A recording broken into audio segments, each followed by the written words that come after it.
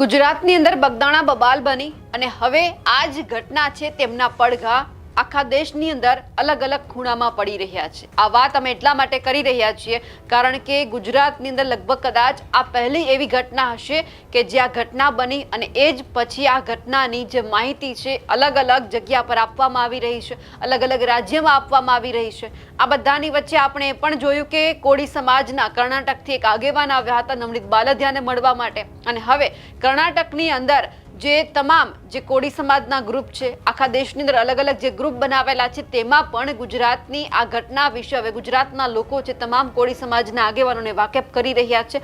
શું કહી રહ્યા છે તેમની વિગતે ચર્ચા કરીએ। નમસ્કાર, આપ જોઈ રહ્યા છો નિર્ભય ન્યૂઝ અને હું છું આપની સાથે રિદ્ધિ। ગુજરાતની અંદર આ બગદાણા બબાલ સામે આવી અને આ બબાલ બાદ જે મુખ્ય આરોપી છે જયરાજ આહિર, જે નવનીત બાલદિયા કહી રહ્યા છે કે આ વ્યક્તિ છે મુખ્ય આરોપી છે, એમની તપાસ થવી જોઈએ, એસઆઈટીની ટીમ જયરાજ આહિર સુધી પણ પહોંચે।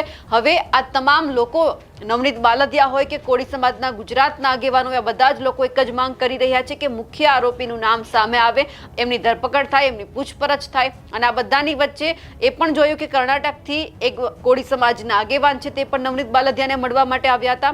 હવે જે ઓલ ઇન્ડિયા કોળી સમાજનું જે ગ્રુપ છે તેમની અંદર એક મેસેજ વાયરલ થઈ રહ્યો છે અને જે આખું આ ગ્રુપ છે ઓલ ઇન્ડિયા કોળી સમાજ કર્ણાટકા લખેલું છે આ અને કન્નડ ભાષામાં એક આ મેસેજ છે એ ગુજરાતના એક વ્યક્તિ દ્વારા એ તમામ કોળી સમાજના આગેવાનોને કહેવામાં આવ્યું છે અને એ શું વાત છે એ પણ અમે તમને કહીએ।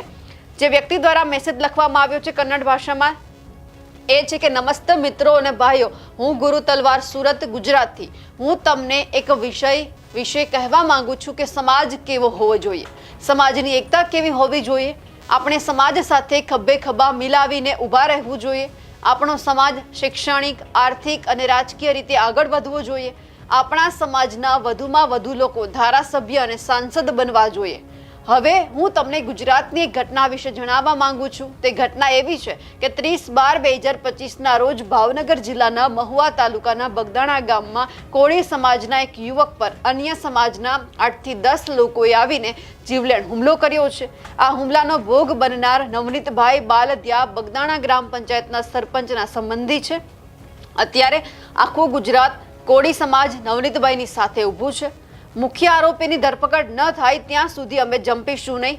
આ બાબતે ગુજરાતના મુખ્યમંત્રી અને ગૃહમંત્રીને મળીને આવેદનપત્ર પણ આપવામાં આવ્યું છે।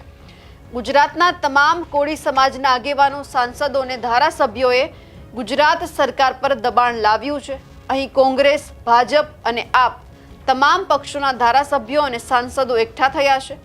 આ બધા જ લોકો એક છત્ર હેઠળ આવીને આપણા કોળી સમાજના યુવાનને ન્યાય અપાવવા માટે સરકાર પર દબાણ કરી રહ્યા છે। સમાજના એક પણ ધારાસભ્ય કે સાંસદ બાકી નથી જે નવનીત બાલદિયાને મળવા હોસ્પિટલ ન ગયા હોય। બધા જ દરરોજ તેમની મુલાકાત લઈ રહ્યા છે। મને વધુ લખતા નથી આવડતું પણ મને જેટલી ખબર હતી તેટલું મેં લખ્યું છે। ગુજરાતમાં કોળી સમાજ ખૂબ જ એકજૂથ છે, તેથી જ અહીં 44 ધારાસભ્યો અને 6 સાંસદો છે। આપણા કર્ણાટકમાં આપણા સમાજના કેટલા સાંસદો અને ધારાસભ્યો છે તેની મને જાણ નથી। આ માહિતી બધા ગ્રુપમાં શેર કરો। હું આ ઘટનાના ગુજરાતી વિડીયો અને ફોટા પણ મોકલીશ। આવો મેસેજ છે એ કન્નડ ભાષામાં જે કર્ણાટકાનું ઓલ ઇન્ડિયા કોળી સમાજનું જે ગ્રુપ છે તેમાં મોકલવામાં આવ્યો છે કારણ કે એ પણ જોયું હતું કર્ણાટકથી કોળી સમાજના આગેવાન આવ્યા હતા। એમણે પણ માંગ કરી હતી કે જે મુખ્ય આરોપી છે તેમનું નામ સામે આવે, તપાસ થવી જોઈએ, આપણે આ વખતે ન્યાય મેળવવાનો છે, અન્યાયની સામે લડવાનું છે। અને આ બધાની વચ્ચે એ પણ જોવાનું છે કે આવું એક ગ્રુપ કર્ણાટકનું નથી, અનેક એવા ગ્રુપ છે કે જેમાં આ મેસેજ છે તે અત્યારે ફરી રહ્યું છે। તમામ કોળી સમાજના જે આગેવાનો છે એમને કહેવામાં આવી રહ્યું છે કે ગુજરાતની અંદર આવી ઘટના બની છે, વધુમાં વધુ તમારા સુધી અમે આ ઘટના એટલા માટે પહોંચાડવા માંગીએ છીએ જેથી કરીને આપણા સમાજના કોઈ પણ વ્યક્તિ સાથે એવી ઘટના ન બને કે એમને એવું લાગે કે અમને ન્યાય નથી મળ્યો। જે અન્યાય સામે લડવાનું છે। જો ગુજરાતની અંદરથી આવો દાખલો બેસશે કે જો અલગ અલગ કોળી સમાજના આગેવાનો અલગ અલગ રાજ્યના એમને મળવા માટે આવ્યા, ન્યાય મેળવવા માટે આવ્યા અને પછી ન્યાય મળ્યો તો પછી કોળી સમાજના કોઈ પણ બીજા આગેવાન સાથે બીજી વાર આવી ઘટના નહીં બને કારણ કે દાખલો અહીંયાથી લેવામાં આવશે કે જો ગુજરાતમાં આવી ઘટના બની હતી અને ન્યાય મેળવવા માટે કોળી સમાજ આખા દેશનો એક થયો છે અને બધા જ આગેવાનો ભેગા થયા છે। હવે જે રીતે આ મેસેજ છે અલગ અલગ ગ્રુપમાં ફરી રહ્યો છે અને હવે અલગ અલગ જે આ માહિતી છે મહુવાની, જે બગદાણાની, હવે અલગ અલગ લોકો સુધી પહોંચાડવામાં આવી રહી છે. તેમને લઈ આપ શું માનો છો? કમેન્ટ કરીને ચોક્કસથી જણાવજો. સાથે જ અમારી નિર્ભય ન્યૂઝ ચેનલને લાઇક, શેર અને સબસ્ક્રાઇબ કરવાનું ભૂલશો નહીં. નમસ્કાર.